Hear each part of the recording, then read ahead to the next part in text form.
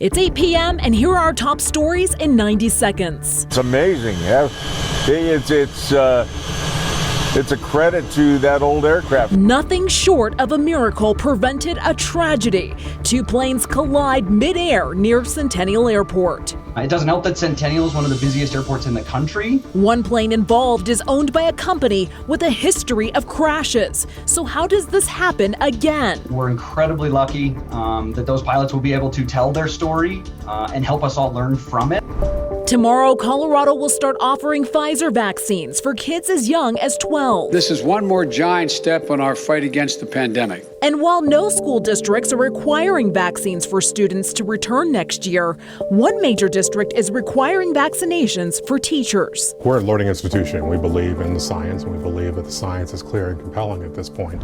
The city of Boulder has laid out a plan to rebuild and reopen the King Soopers at the center of a deadly mass shooting. The reopening of this store is the most substantial milestone I envision to mark our return from tragedy. Plus, House Republicans vote to remove Liz Cheney from her leadership position. But now some are calling to dismantle the GOP and form a new party.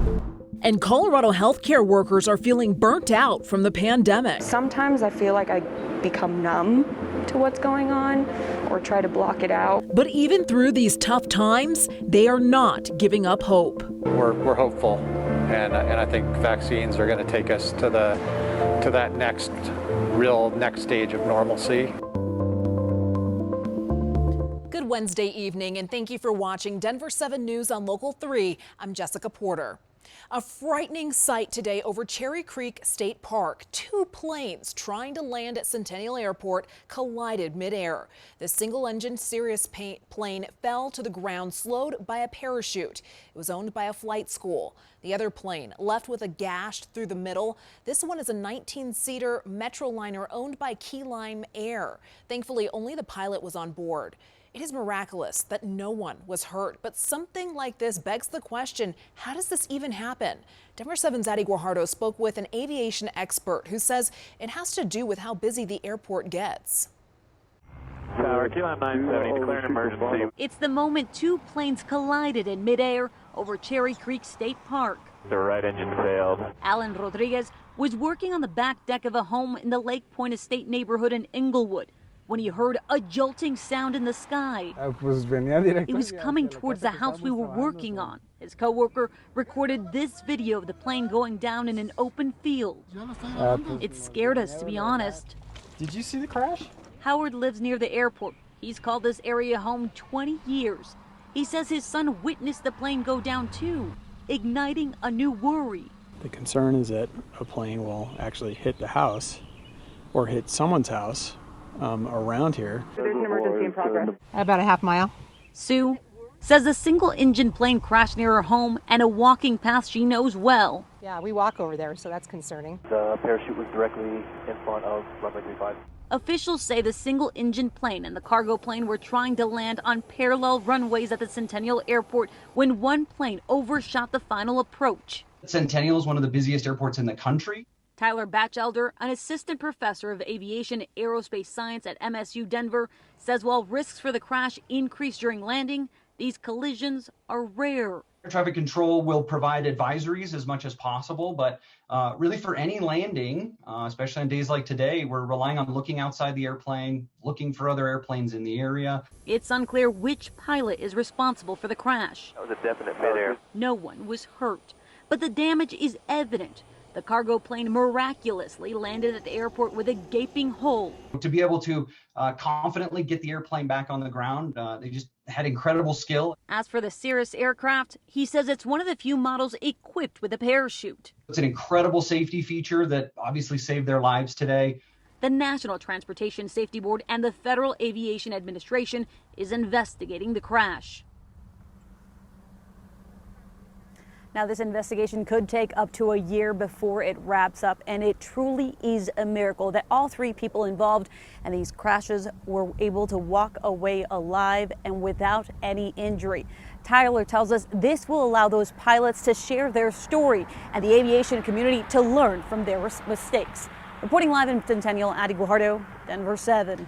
Addie, thank you. Key Lime Air, which operates the cargo plane that landed safely, has had a history of crashes. Back in 2014, a deadly crash happened just feet from a home in Centennial. No one on the ground was hurt, but the 55-year-old pilot was killed. A Key Lime plane was also involved in a deadly collision in 2003 over northwest Denver. The company said it is not answering specific questions about today's incident as the investigation unfolds. Again, that investigation into what exactly happened could take upwards of a year. If you are in the area and come across debris, the sheriff's office says do not touch it and instead call them. We have this information and so much more about the investigation right now on thedenverchannel.com.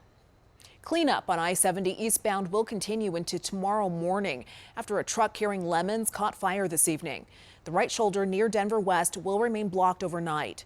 This is near the Denver West exit, not far from the spot where 4 people were killed in a crash 2 years ago. No one was hurt in today's fire.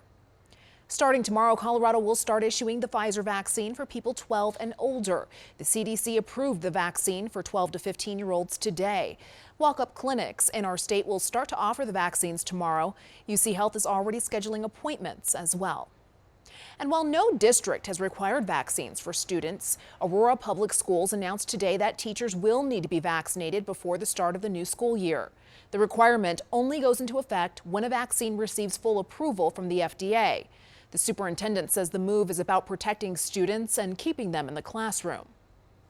Well, we're going to have students back in person, but we know that whatever barriers we can take down to maximize that environment are going to be critically important that we take advantage of.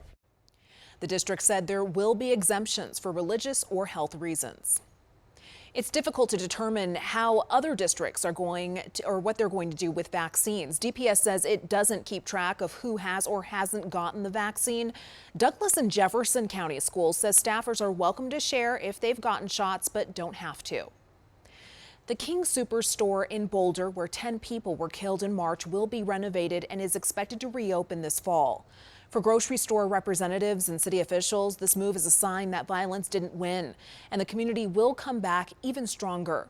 But for some employees who were inside the grocery store at the time of the shooting, it's hard to even imagine going back to work. Someone drops a pallet in the produce section. Am I going to think I'm hearing gunshots again? Or where are all of my exits? And it's just, I can't get those thoughts out of my head. King Super says they donated $1 million to the Colorado Healing Fund to support the needs of people affected. As for the redesign of the building, they're asking for feedback from employees and the community. House Republicans have forced Wyoming Congresswoman Liz Cheney from her leadership position. The reasoning? She has refused to stay silent about Donald Trump's lies about the election. Cheney was ousted today by a secret voice vote. Congress members say the decision happened very quickly, with little to no time allowing for questioning. After the vote, Cheney remained defiant. That we must go forward based on truth. We cannot both embrace the big lie and embrace the Constitution. I will do everything I can to ensure that the former president never again gets anywhere near the Oval Office. Colorado Congresswoman Lauren Boebert tells Denver7 she supported removing Cheney from leadership, saying, quote, Representative Cheney took her eye off the prize and was more focused on tearing down conservative leaders than she was advancing the conservative agenda. Congressman Ken Buck sided with Cheney. He was the only Republican present during her defiant address to the House Tuesday evening. And we reached out to Congressman Doug Lamborn as well, but did not hear back.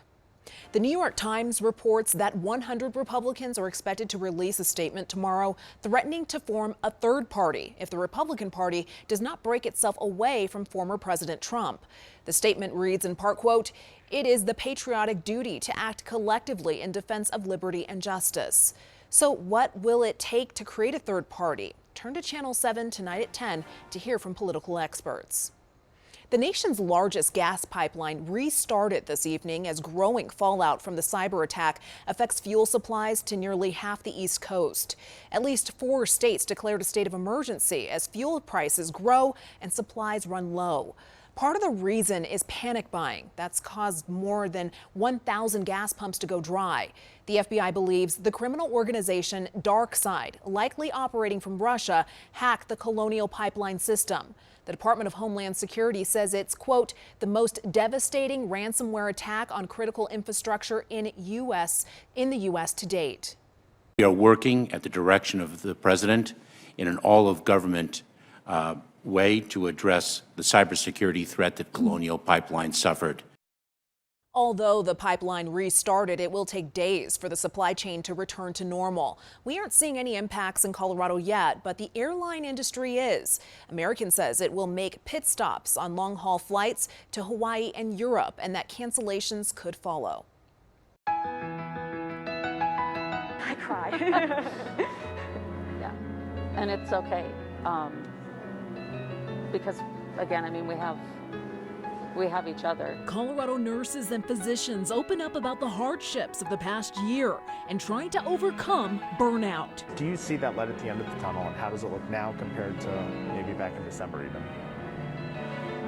The light? Yeah, I see it. After the break, we share their stories. A nice warm-up on the way for tomorrow and a good-looking weekend forecast. And coming up later, the Broncos' schedule has been released. So when are the big games? And why is it so crucial to get off to a quick start? We break it all down.